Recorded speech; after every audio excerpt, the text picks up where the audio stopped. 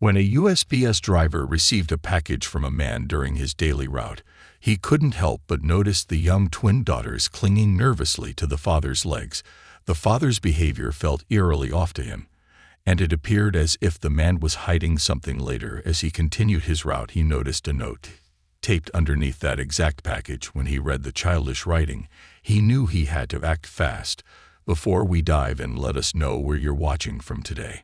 And if you like this story, don't forget to subscribe. Sam Parker steered his USPS delivery van through the winding streets of Pineville, Kentucky, his eyes scanning the familiar houses and landmarks. At 58 years old, Sam had been working this route for over 2 decades, and he knew every nook and cranny of the neighborhood like the back of his hand. The early morning sun cast long shadows across the road as he approached his next stop on Willow Creek Road. Pulling up to the curb, Sam put the van in park and reached for his handheld scanner. He quickly checked the tracking number for the package destined for this address, then made his way to the back of the vehicle. The van's interior was a maze of boxes and envelopes, but Sam navigated it with practiced ease. He located the correct package, a medium-sized brown box addressed to Darren Dorson, and tucked it under his arm. As Sam approached the front door of the modest 2-story house, he took note of the slightly overgrown lawn and peeling paint. It wasn't unusual in this part of town, where many residents struggled to make ends meet. He rang the doorbell and waited, rocking back on his heels. After a moment of silence, he pressed his ear to the door, straining to hear any signs of life. Within, faintly, he caught the sound of light footsteps moving around inside. Sam rang the bell again, this time calling out delivery for Darren Dorson. He followed up with a firm knock on the door. The footsteps grew louder, and Sam was surprised to hear what sounded like the pitter-patter of a child's feet. When the door finally creaked open, he found himself face to face with a little girl, no more than 6 or 7 years old. She wore a pink t-shirt and shorts, her long golden blonde hair flowing freely. "Well, hello there," Sam said, smiling warmly at the child. "Is your dad home? I got a package for Darren Dorson." The little girl shook her head, her eyes wide as she looked up at Sam. A flicker of concern crossed Sam's face. It seemed odd for such a young child to be answering the door alone. "Is there any grown-up home with you? Your mom, maybe, or your granny?" Again, the girl shook her head. Before Sam could decide what to do next, the child spoke up in a small voice. "Is there food in the package?" Sam blinked, taken aback by the question. "I'm sorry, sweetie. I don't know what's inside, but I can't leave it with you. An adult needs to sign for it." As he spoke, movement behind the girl caught his eye. Another child appeared, identical to the first, clearly her twin sister. Both girls were now standing in the doorway, looking up at Sam with pleading eyes. In unison, they pointed to their stomachs and said, "Hungry." Sam's concern deepened into alarm. 2 young children alone in the house with no food. Something was very wrong here. He crouched down to their eye level, speaking gently. "Girls, can you tell me where your parents are? It's not safe for you to be home all by yourselves." The twins just stared at him silently, their expressions a mix of hope and fear. Sam straightened up, his mind racing. He couldn't in good conscience leave these children here alone, especially if they were hungry and possibly neglected. With a heavy sigh, he pulled out his cell phone and dialed 911. As the phone rang, Sam kept a reassuring smile on his face. "For the girls' benefit, don't worry," he told them. "I'm going to make sure you get some help." "Okay." When the dispatcher answered, Sam quickly explained the situation. "I'm a USPS delivery driver, and I'm at a house on Willow Creek Road. There are 2 young girls here, twins, maybe 6 or 7 years old. They're alone in the house, no adults present, and they're telling me they're hungry. I'm concerned for their safety." The dispatcher assured Sam that officers would be dispatched immediately. As he ended the call, Sam heard the rumble of a car engine. He turned to see a sedan pulling into the driveway behind his delivery van. A man in his mid-30s climbed out of the car, his brow furrowed as he took in the scene before him. The USPS van, Sam standing at the open door, and the 2 little girls peering out from inside the house. As the man approached, Sam could see the barely concealed panic in his eyes. "What's going on here?" the man demanded, his voice tense. Sam held up his hands in a pleading gesture. "Sir, are you Darren Dorson? I'm Sam Parker with the post office. I was making a delivery, but when I rang the bell, I found these two little girls alone in the house. I was worried about their safety, so I called the police. At the mention of the police, Darren's face paled visibly. He swallowed hard, then forced a smile that didn't quite reach his eyes. I appreciate your concern, Mr. Parker, but there's been a misunderstanding. I'm their father. I just ran out to the grocery store for a few minutes, less than 10. I swear the girls are perfectly safe. I've child-proofed the entire house. Before Sam could respond, the wail of approaching sirens filled the air. Two police cruisers pulled up to the curb, and a pair of officers emerged from each vehicle. Sam turned to them, relief evident on his face. Officers, I'm glad you're here, but I think there may have been a mix-up. Sam began, gesturing towards Darren. This is the girl's father, he says. He just stepped out briefly to go to the store. One of the officers, a stern-looking woman with graying hair, addressed Darren directly. Sir, is this your residence? Can you provide some identification? Darren nodded vigorously, fumbling in his pocket for his wallet. Yes, of course. I'm Darren Dorson. These are my daughters, Mira and Lily. He produced his driver's license, which the officer examined carefully. As the officer verified Darren's information, her partner spoke to Sam. Sir, while we appreciate you looking out for the children's welfare, it's important to be certain before calling emergency services. False alarms take resources away from genuine emergencies. Sam nodded, feeling a mix of embarrassment and lingering unease. I understand of offer. I just couldn't bear the thought of leaving those little girls alone. If something was wrong, they told me they were hungry, and I got worried. The female officer handed Darren back his license and addressed him sternly. Mr. Dorson, even if you were only gone for a short time, leaving children this young alone is extremely risky. I strongly advise against doing so in the future. Do you understand? Darren nodded emphatically. Yes, ma'am, it won't happen again. We were out of milk, and the girls were asking for cereal. I thought I could run out quickly while they were watching cartoons. I'm so sorry. The officers exchanged a look. Then the male officer spoke. All right, Mr. Dorson, we'll let this go with a warning this time, but please, for your children's safety, don't leave them unattended again. If you need help, there are community resources available. As the police prepared to leave, Sam remembered the package that had started this whole situation. Oh, Mr. I almost forgot. I have a delivery for you. Could you sign for it? Darren seemed relieved by the change of subject. Of course. He quickly scrolled his signature on Sam's electronic pad and took the package. Just as Sam was about to head back to his van, Darren called out to him. Wait, I actually have a package I need to send out. I forgot to leave it on the porch earlier. Would you mind waiting while I grab it? Sam hesitated, glancing at his watch. He was already behind schedule due to this unexpected drama, but something in Darren's eager expression made him nod. All right, but please hurry, I'm running late.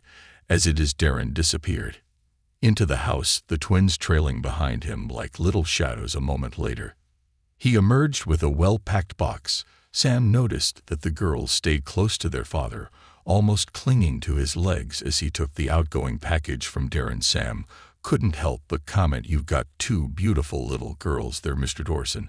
They must keep you on your toes." Darren's laugh sounded forced. "You have no idea. These two never give me a moment's peace. Sometimes I think they'd follow me to the ends of the earth if I let them." Sam chuckled. "Well, cherish it while you can. They grow up so fast. You're a lucky man to have such a sweet family." As Sam turned to leave, he couldn't shake the feeling that something still wasn't quite right. But he pushed the thought aside. After all, the police had checked things out, and everything seemed to be in order. He had a route to finish before Sam could take more than a few steps towards his van. A nagging thought made him pause and turn back to Darren. The memory of the girls' plaintive voices saying they were hungry tugged at his conscience. "Mr. Dorson," Sam began hesitantly, "I hope you don't mind me saying this, but when I first got here, the girls told me they were hungry. I know times can be tough, especially in this economy. If you're having any difficulties, there are food banks and government assistance programs available. Kids shouldn't have to go hungry, you know." Darren's expression flickered between surprise and something darker before settling into a forced smile. "I appreciate your concern, Mr. Parker, but there's no need to worry. The girls are always hungry, no matter how much I feed them. They're at that age, growing like weeds and burning energy. Every second of the day, Sam's face lit up with understanding. Oh, I know exactly what you mean. My nephews are the same way. It's like they have hollow legs or something, always asking for snacks. No matter how big their last meal was, Darren nodded eagerly, seeming relieved that Sam had accepted his explanation. Exactly, it's impossible to keep up sometimes, Sam chuckled and shook his head. Well, I'd better get back on the road. I'm already behind schedule. As it is, you take care now, Miss Hudson and girls. He called out to Maya and Lily, who were peeking out from behind their father's legs. You be good for your dad, okay? The twins nodded solemnly, their eyes wide. Darren ushered them back inside, telling them to wait for him. I just need to grab the groceries from the cart, he explained to Sam as he shut the front door. Sam made his way back to his delivery van, fishing the keys out of his pocket. He placed the package Darren had given him inside before climbing into the driver's seat. Out of habit, he glanced at the rearview mirror, then froze. Darren had indeed gone to his car, but he wasn't unloading bags of groceries. Instead, the man was struggling to carry 2 six-packs of beer towards the house. There was no sign of milk, cereal, or any other food items. Sam's heart sank as he watched Darren disappear into the house with the alcohol closing the door firmly behind him. He let out a long, heavy sigh and shook his head. The uneasy feeling he'd been trying to ignore came rushing back full force. How could a man lie so easily? Sam muttered to himself, gripping the steering wheel tightly, leaving those little girls alone while he went out for beer. What kind of father does that? The weight of what he'd witnessed settled over Sam like a heavy blanket. He'd seen his fair share of struggling families on his route over the years, but something about this situation felt different, more urgent, more dangerous. As Sam finally put the van in gear and pulled away from the curb, his mind was racing. He couldn't shake the image of those 2 little girls, their eyes big and hopeful when they'd asked about food. Had Darren been telling the truth about them always being hungry, or was there something more sinister going on? Sam found himself driving on autopilot, his thoughts a tangled mess of concern and self-doubt.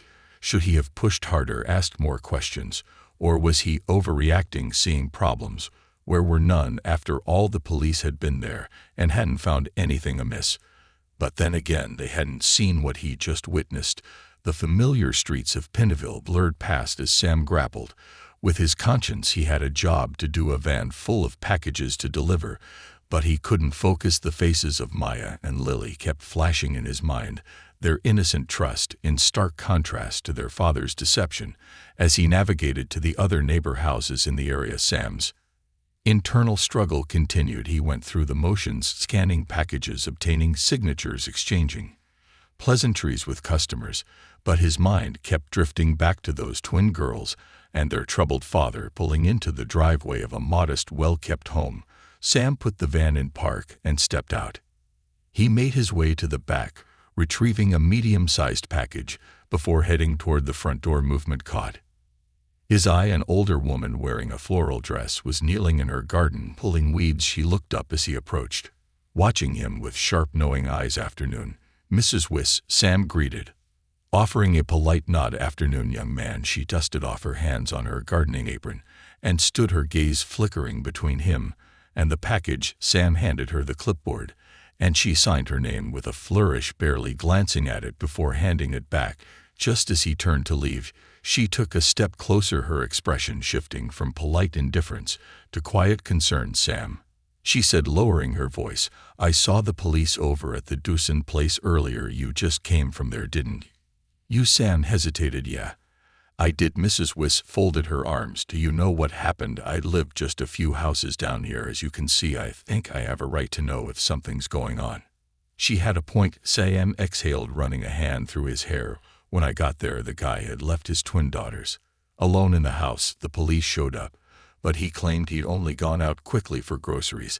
They must have believed him, because they left after giving him a warning. Mrs. Wiss's brow furrowed. Groceries, sank, lips pressed into a thin line. That's what he said, but actually I saw him carrying 2 six-packs of beer and no groceries in sight. The older woman's frown deepened. I don't know them well. They're not exactly friendly with the neighbors, but I have heard things from time to time, arguments Raised voices, never anything that made me think to call the police. But I don't know, something always felt off about that house. Sam nodded, unease creeping into his chest. Yeah, I thought I was just overthinking it, but now I'm not so sure. The conversation wrapped up with a polite goodbye, and Sam returned to his van, though his mind was far from clear.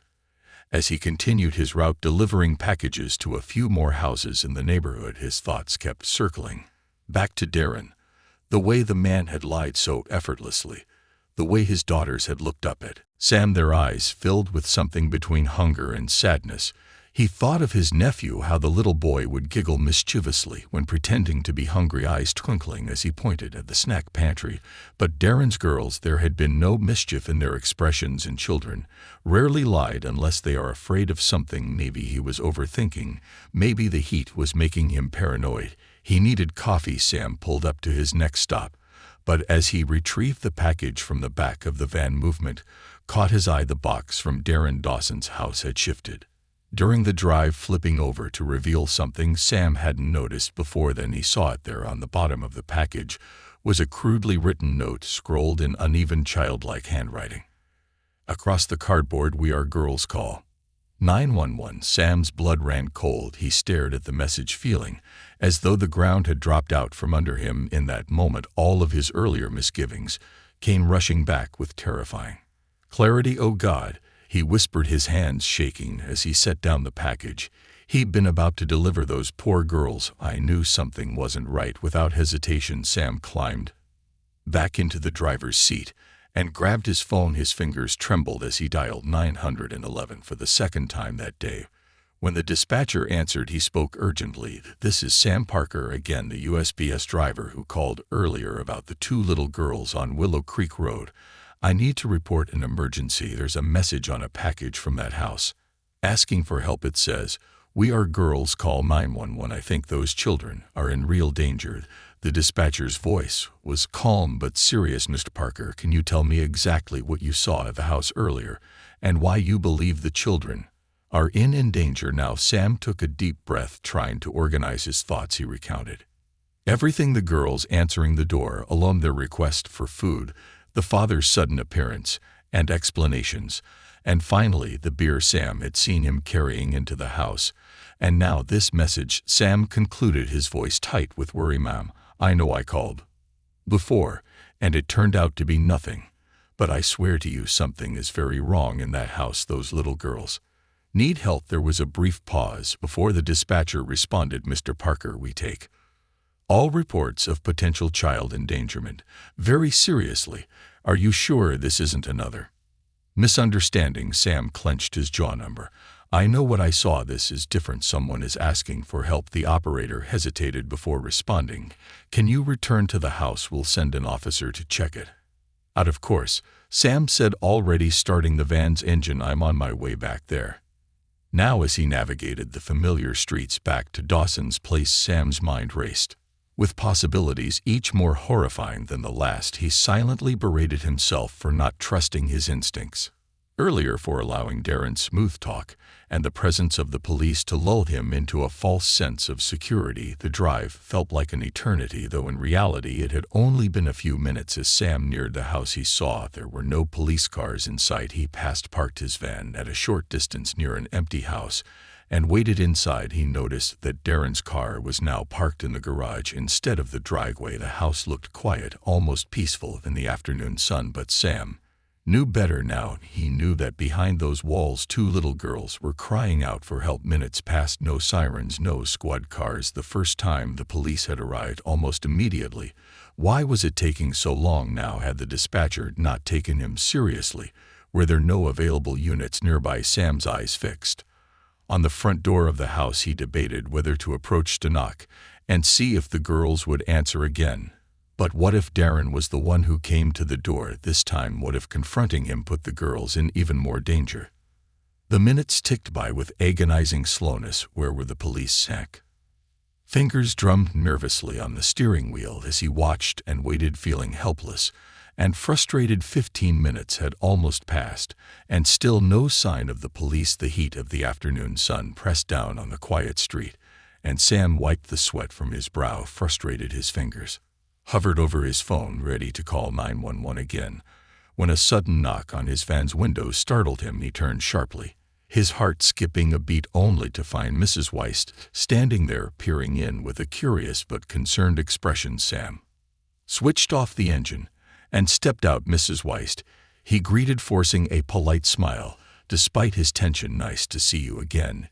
Is there something I can help you with?" "I couldn't help but notice you've been parked here for quite a while," Mrs. Weist said, glancing at his van before meeting his gaze. "Is something wrong?" Sam hesitated before deciding to be upfront. "I'm actually waiting for the police." Mrs. Weist's eyebrows lifted again. He sighed, recalling their earlier conversations, and she already knew about the morning's incident at Darren's house. He decided to show her why he was still here. He reached into the van and pulled out the package, flipping it so she could see the hastily scrolled message. "We are girls, call 911. Mrs. Weist gasped, her hand flying to her mouth. The fine hairs on her arm visibly stood on end. "Oh my God, I called 911 almost 15 minutes ago," Sam told her grimly, "and no one's come. I don't think they're taking me seriously." Mrs. Weist's expression hardened. Then she said decisively, "Well, you know what, my husband is a retired officer, and he's home right now. I think he can help." "Wait here." She turned and walked briskly back toward her house while Sam leaned against the van, his nerves tingling with impatience. A few moments later, she returned with a tall, broad-shouldered older man with a commanding presence. "This is my husband, Martin Weist," she said. "He served on the force for over 25 years. Mr. Weist extended his hand, and Sam shook it firmly. "My wife told me what's going on. Let me see the package." Sam handed it over, watching as Mr. Weist's sharp eyes took in the desperate scroll. His jaw tightened. "And you called the police when about 15 minutes ago?" Mr. Weist muttered something under his breath and immediately pulled out his phone. Instead of calling 911, he dialed a direct number to the local precinct. His voice was clipped and authoritative. "This is Martin Weist, retired officer. I served this district for over 2 decades, and I need to know why a welfare call made 15 minutes ago has gone unanswered." His voice grew sharper. "There are 2 children at risk. You need to get a unit here now." From the speaker, Sam heard the dispatcher's immediate shift in tone, from dismissing to alarmed. "Understood, sir." Dispatching officers immediately. Mr. Weist ended the call and gave Sam a firm nod. "They'll be here soon." Together, the 3 of them walked toward the Doran's house, tension thick in the air. As they waited, the neighborhood was eerily silent, save for the occasional rustling of leaves in the warm breeze.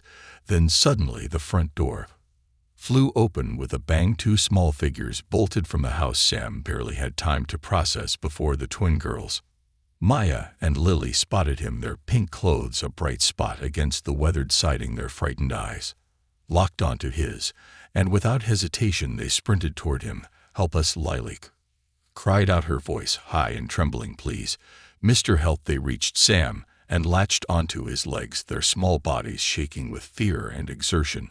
The force of their desperation nearly knocked him off balance. Sam knelt down, bringing himself to their level. Up close, he could see the redness around their eyes, the way their lower lips quivered as they tried to hold back sobs. "It's okay," Sam said softly, trying to project a calm. He didn't feel. "You're safe now. Can you tell me what's wrong?" Before either girl could answer, a figure appeared in the doorway of the house. Darren stood there, swaying slightly, his face flushed and his eyes unfocused. Even from a distance, Sam could see the anger twisting his features.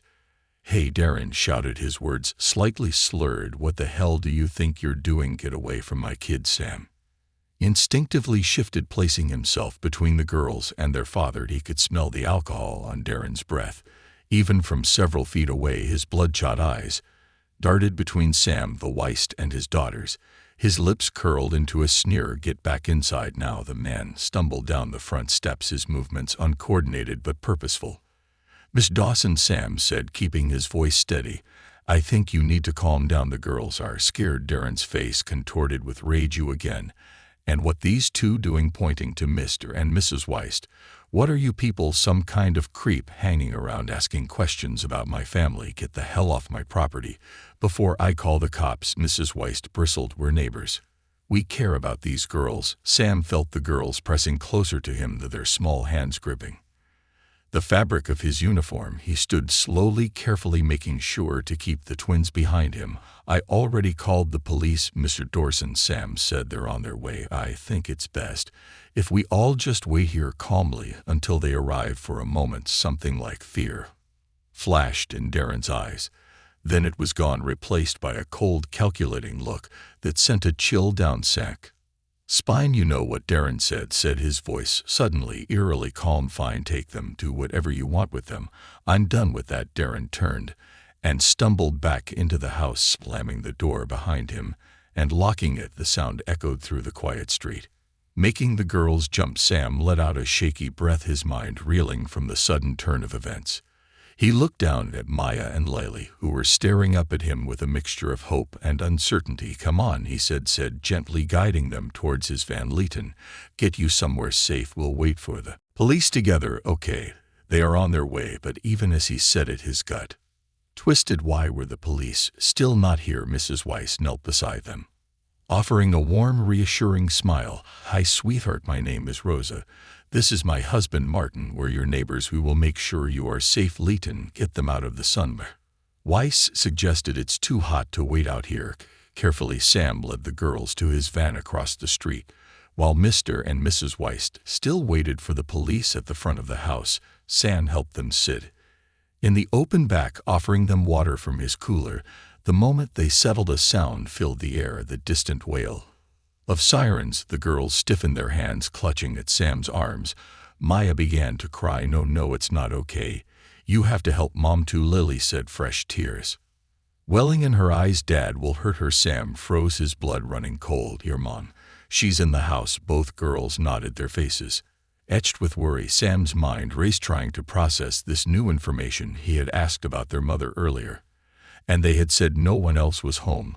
But now Sam thought they must have been too afraid to say it. Earlier, the wail of sirens grew louder, and Sam saw a police cruiser turning onto Willow Creek Road.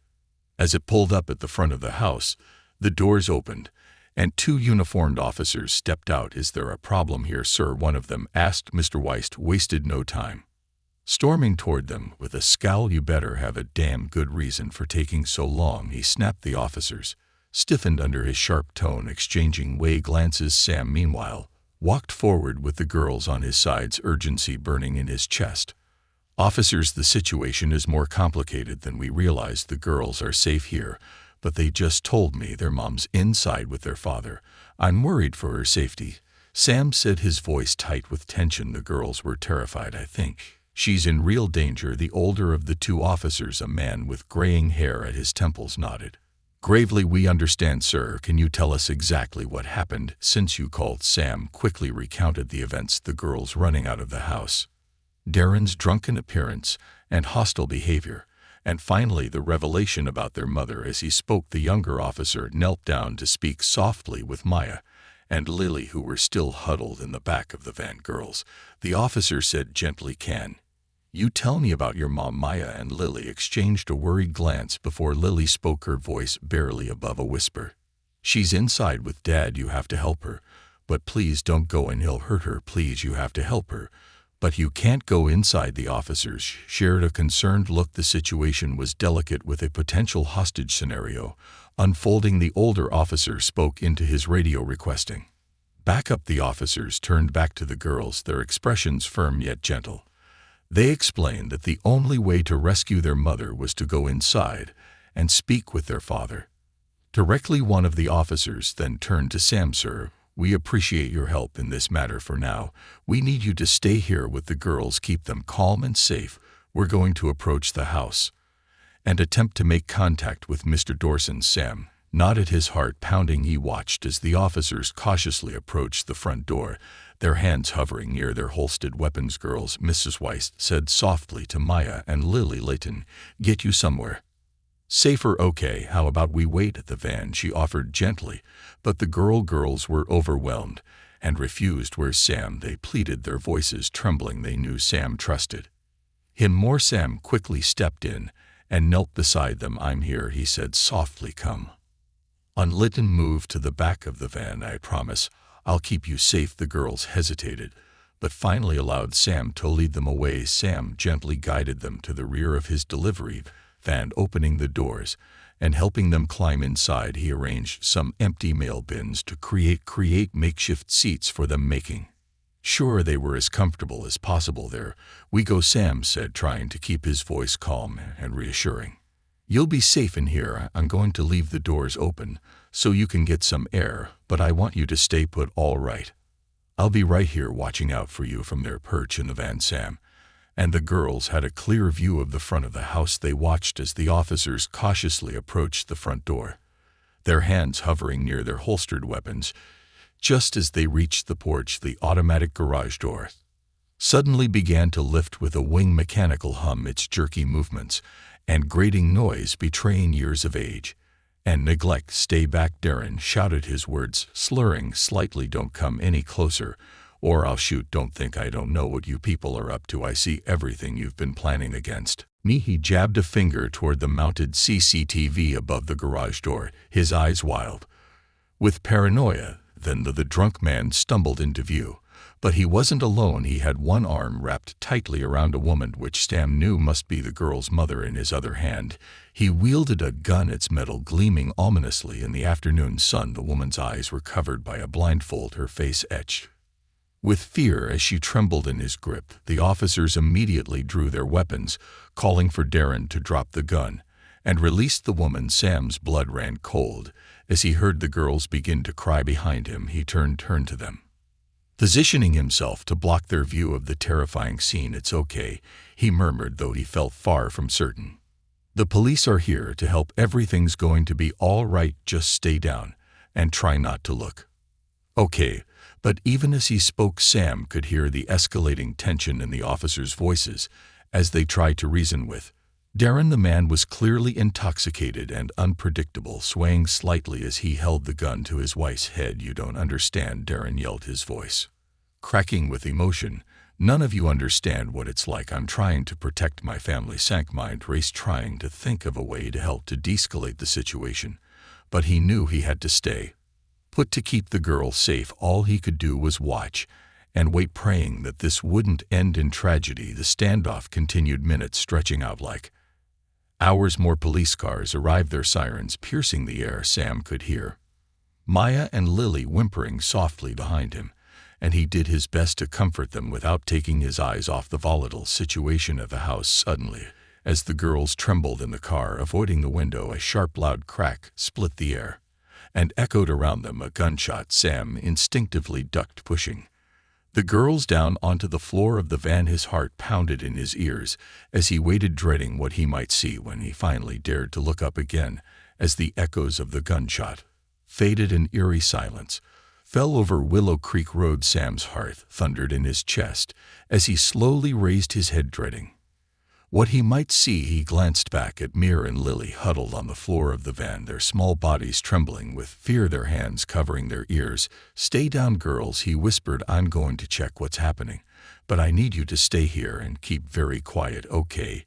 You promise?" The twins nodded, their eyes wide with terror. Sam took a deep breath and cautiously peered around the side of the van. The scene before him was chaotic. Several police officers had taken cover behind their vehicles, weapons drawn. On the front lawn, Sam could see two figures on the ground, Darren and the girl's mother. His stomach lurched at the sight, uncertainty gripping him. Suddenly, chaos unfolded. More neighbors emerged from their homes, drawn by the commotion. Mr. and Mrs. Weist moved in to help manage the growing crowd. Paramedics, who had been waiting at a safe distance, swiftly advanced, escorted by officers providing cover. Sam watched, holding his breath, as they reached the fallen pair and began assessing their condition. To his immense relief, he saw the mother stir as a paramedic gently removed her blindfold. She blinked in the sudden light, disoriented but alive. Darren, however, remained motionless as the paramedics worked. Sam overheard snippets of their rapid communication.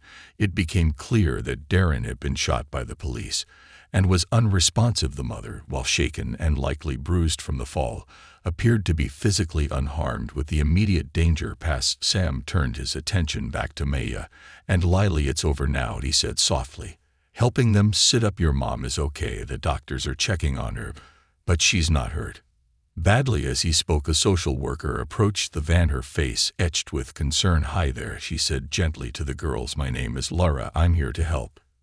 Can you come with me? We need to make sure you're all right. Maya and Lily looked to Sam, uncertainty in their eyes. He nodded encouragingly. It's okay, Laura is a social worker. She is here to help you. I'll be right here if you need me. Reluctantly, the girls climbed out of the van, each taking one of Laura's hands.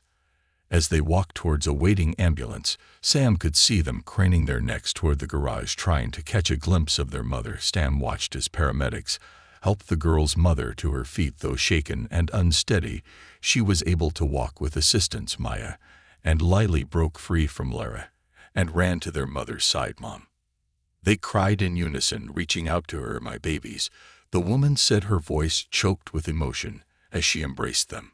It's okay now, Mommy's okay. Sam felt a lump form in his throat as he watched the reunion. The paramedics allowed the family a moment together before gently guiding them all towards the ambulance for a thorough checkup. Sam and an officer approached them slowly, his heart swelling at the sight of the family reunited. As they neared the ambulance where the paramedic was tending to Karen's injuries and checking on the girls, Karen looked up at him, her eyes brimming with gratitude. I haven't introduced myself properly, she said, wincing slightly as the paramedic treated a bruise on her arm. I'm Karen Dawson. Nice to meet you, Mrs. Dawson. My name is Sam Parker, the USPS delivery man, Sam said, extending his hand. Thank you, Mr. Parker, she said, her voice hoarse with emotion. You saved my daughters. You saved me. Sam nodded, feeling a lump form in his throat. I'm just glad you're all safe, he managed to say. The officer, who introduced himself as Detective Johnson, approached Sam and Karen, notepad in hand. Mr. Parker, Mrs. Dawson, he said, we'd like to take your statement now. If that's all right, we can do it here while you receive medical care. Sam told the police everything, how he had found the girls left alone in the house, Darren's lie, and how he'd successfully convinced the first responding officers during his initial emergency call. He also explained the discreet message at the bottom of the package that had led to this moment. Then, in a voice heavy with pain and regret, Karen began to explain their situation. She described how Darren had changed over time, his personality warped by financial stress and alcohol addiction, the poor neighborhood they lived in, the low-paying jobs, the mounting bills. It had all taken its toll. At first he just drank to forget, Karen said, her eyes distant. But then the drinking took over. He became unpredictable, angry, and controlling. He used to be such a loving father. But her voice trailed off as she glanced at Maya and Lily. But he changed. He began to neglect us and kept me locked in the house, the police officer gently pressed for more information. Miss Dawson, how long has it been since you've been able to leave the house? The Karen's face crumpled at the question. A few months, she whispered. At first, I was just a stay-at-home mom. But then, after the alcohol, Darren, he wouldn't let leave. He'd get furious if I even mentioned going to the store. I lost touch with all my friends. I had no idea what was happening in the world outside our house. She took a shaky breath before continuing, her voice barely audible. And then about a month ago, he started locking me in the attic. He'd only bring me down when he needed someone to take out his frustrations on. He couldn't bring himself to hurt the girls. So Maya and Lily, hearing their mother's words, nodded solemnly, confirming the horrifying story. The social worker placed a comforting hand on Karen's shoulder while the police officer jotted down notes, his face a mask of professional composure.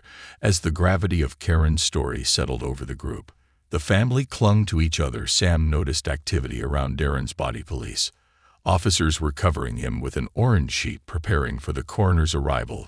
The gravity of the situation hit Sam and knew a life had been lost today. Lily suddenly spoke up, her small voice quavering. What happened to Daddy? Is he going to be okay? The question hung in the air, heavy and heartbreaking. Sam felt a wave of sadness wash over him as he watched Karen struggle to find the right words. Laura, the social worker, stepped in, kneeling down to the girl's eye level. Your daddy was very sick, she explained gently. He made some bad choices that put you and your mommy in danger.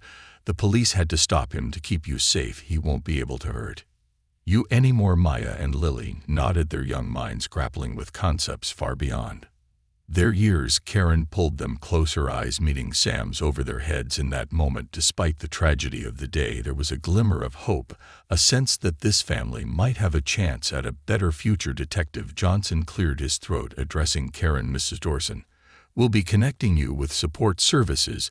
There are programs available to help you and your daughters get back on your feet. Karen nodded gratefully, tears welling in her eyes. Once more, thank you, she said, her voice thick with emotion. Thank you all so much. The Willow Creek Road scene began to settle into a more organized state. Police officers continued their investigation, marking evidence and taking photographs. The coroner's van had arrived to take care of Darren's body, which remained covered on the front lawn. The paramedics completed their assessments, confirming that Karen's injuries were minor, mostly bruises and scrapes from the fall. Mrs. Dorson, the medic said gently, you've got some bruising and you're understandably shaken up, but there doesn't appear to be any serious physical injury. We don't think you'll need to go to the hospital, but if you experience any pain or discomfort later, please seek medical attention. Then the social worker began discussing next steps with and the twins. Sam stepped back and made his way to his delivery van. As he reached the vehicle, Detective Johnson approached him. Mr. Parker, the officer said, there's something we need to discuss with you. It's about the packages you mentioned earlier. Sam's brow furrowed in confusion for a moment before he remembered. Oh, right. He said the package I delivered to Mr. Dusan this morning, and the one he gave me to send out. The officer nodded. Exactly. We've retrieved the package you delivered from inside the house. As for the second one, is it still in your van? Yes, it should be, Sam replied, moving to open the back of his vehicle. As they searched through the packages, Sam's eyes landed on the box from Darren. He froze for a moment, recalling the chilling message he had discovered earlier. We are girls, call 911. Here it is, Sam said, carefully lifting the package. Detective Johnson's took it, examining it closely. This could be crucial evidence, he muttered, turning the box over in his hands. Just then another officer called out, waving them over to where Karen and the girls were sitting. Sam followed, curious about what was happening. As they approached, Sam could see that the officers had opened the package that had been delivered to the house that morning. Inside was a new surveillance camera and equipment. Miss Dorson, one of the officers, was saying, do you know anything about this? Karen shook her head, looking bewildered. No, I didn't even know Darren had ordered anything like this. Detective Johnson's nodded grimly. We suspect he might have been planning to use it to monitor you or the children. Given what you've told us about being kept in the attic, this is concerning. Sam felt a chill run down his spine at the implication. He glanced at Maya and Lily, who were listening with wide, scared eyes. The officer then focused on the package Sam had brought over. And this, he said, is the package Mr. Dusan intended to send out today. Before we open it, though, may I ask your daughters something? Sure, officer, Karen said as she looked at her daughters. Did you girl do this? Detective Johnson's asked, pointing to the note plastered at the bottom of the package. Mirror and Lily nodded, their eyes wide. We had to do something, Lily said softly. We were scared, and we missed Mommy. Caroline at school taught us how to use scissors, Maya added, her voice barely above a whisper. It wasn't that hard to cut the paper and tape it on. The officers exchanged glances, clearly impressed by the girls' quick thinking and bravery. Detective Johnson's knelt down to their level, his stern face softening. You two are very brave, he said gently. You did a good job. Karen pulled her daughters into a tight embrace, her body shaking with sobs. My brave, brave girls, she murmured into their hair. I'm so sorry you had to go through this. I'm so proud of you. Carefully, the officer opened the box. Inside, they found a shocking collection of documents. Karen's birth certificate, social security card, passport, driver's license, bank account details, tax records, their marriage certificate, and health insurance and medical records. Karen gasped, her hand flying to her mouth. Those are all my personal documents, she said, her voice trembling. The officer's face was grim. Mrs. Dusan, the address on this package, do you recognize it? Karen leaned forward to look at the label, then nodded slowly. Yes, that's our old address, the house we lived in before we moved here. Do you know who lives there now? The officer pressed Karen's face, paled. His friend bought it when we moved, but I don't know if he still lives there now. Do you have any idea why your husband would be sending these documents to your old address the officer asked. Karen shook her head, her brow furrowing in confusion. No, I don't understand it at all. Those papers are everything I'd need to start a new life, I suppose. But why would he send them there? Maybe Darren must have been planning to get rid of me, starting with my things. Detective Johnson's listened carefully. As Karen spoke, his face hardening with concern, he shook his head, slightly as if processing the implications of what she was saying. If Darren wanted to get rid of your property, he would have burned or shredded those papers, he said, his tone calm but firm. He wouldn't have sent them to an address where his friend lives. That doesn't make sense. The officer turned to his colleague. We're going to need to investigate that address immediately. This could be part of a larger plan. We have no idea what your husband intended to do with these documents, or if he had anyone else helping him as an accomplice. And since he's gone now, we can't really know for sure unless we go there and investigate the place. Karen spoke up, her voice wavering slightly. Can I follow you? She asked. I need to go there. I need to see what's happening at our old house. Detective Johnson's, however, shook his head gently. I'm sorry, Mrs. Dorson, but we can't allow that. It could be dangerous, and we don't know what we're walking into. Karen's face fell, but she nodded in understanding. The officer continued, his tone reassuring. WEC, have another unit investigate the address immediately. We'll get to the bottom of this, I promise you. As the implications of this discovery began to sink in, Sam felt a renewed sense of relief that he had acted on his suspicions. The situation had clearly been even more dire than he had initially realized. The brief calm moment was interrupted by the crackle of a police radio. The officer listened intently, then turned to address the group. The unit we sent to the old address has arrived, he announced. They're beginning their investigation now. Karen looked up, her face a mix of anticipation and dread. What do you think they'll find? She asked, her voice barely above a whisper. The officer shook his head. I'm not sure, Mr. Dorson, but whatever it is, we'll handle it right now. The most important thing is keeping you and your daughters safe. As the officer spoke, Sam noticed the sky beginning to darken. The long, traumatic day was finally drawing to a close, but he knew that for the Dorson family, this was just the beginning of a long journey towards healing and recovery.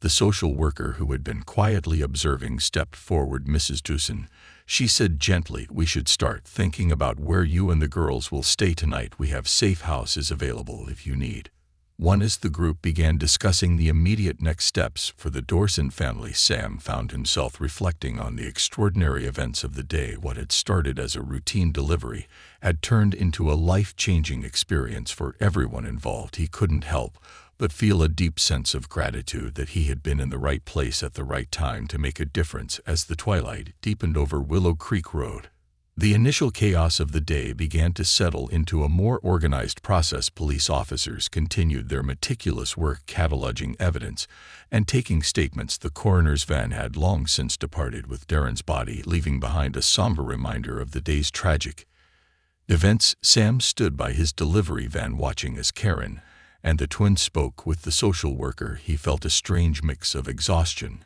and alertness, his mind still processing everything that had transpired. A police officer approached him, clipboard in hand. Mr. Parker, the officer said, we're wrapping up here, but we may need to contact you for further questioning. We'll also be in touch with your branch office to review Mr. Dawson's past shipping activities. Sam nodded, suddenly remembering the numerous packages still in his van. Of course, he replied, I'll cooperate in any way I can. But what about my remaining deliveries? The officer gave him a sympathetic look. Given the circumstances, I'm sure your supervisor will understand if you're unable to complete your route today. We can contact them if needed. As they discussed the logistics, Sam's attention was drawn to Karen and the girls. The social worker was guiding them towards a waiting car, likely to take them to a safe house for the night. Before they got in, Karen turned and caught Sam's eye. She whispered something to the social worker, then made her way over to him, the twins following close behind. Mr. Parker, Karen said, her voice thick with emotion, I don't know how to thank you enough. If you hadn't noticed something was wrong, if you hadn't called for help. She trailed off, unable to finish the thought. Sam felt a lump form in his throat. I'm just glad I could help, he said softly. You and your girls are incredibly brave. Maya and Lily looked up at him With wide eyes, "Are you going to be okay, Mr. Postman?" Lily asked, her small voice filled with concern. Sam couldn't help but smile at the question. Even after everything they'd been through, these little girls were worried about him. "I'll be just fine," he assured them. "You take care of your mom, okay?" The twins nodded solemnly and surprised Sam by rushing forward to hug his legs. He patted their backs, gently feeling a wave of protectiveness wash over him. As Karen gently pulled the girls back, she met Sam's eyes once more. "Thank you," she said simply, but the weight of gratitude in those two words was immense. As the car pulled away, taking Karen and the twins to safety, Sam turned back to his van. The sky had darkened considerably and streetlights were flickering to life along Willow Creek Road, despite the lateness of the hour and the emotional toll of the day. Sam felt a renewed sense of purpose as he climbed into the driver's seat. There were still packages to deliver, people waiting for their mail. What had started as a routine day had turned into something extraordinary, reminding Sam of the potential impact of even the most mundane actions. As he started the engine, he glanced once more at the Dawson house, now quiet and dark. Sam pulled away from the curt, merging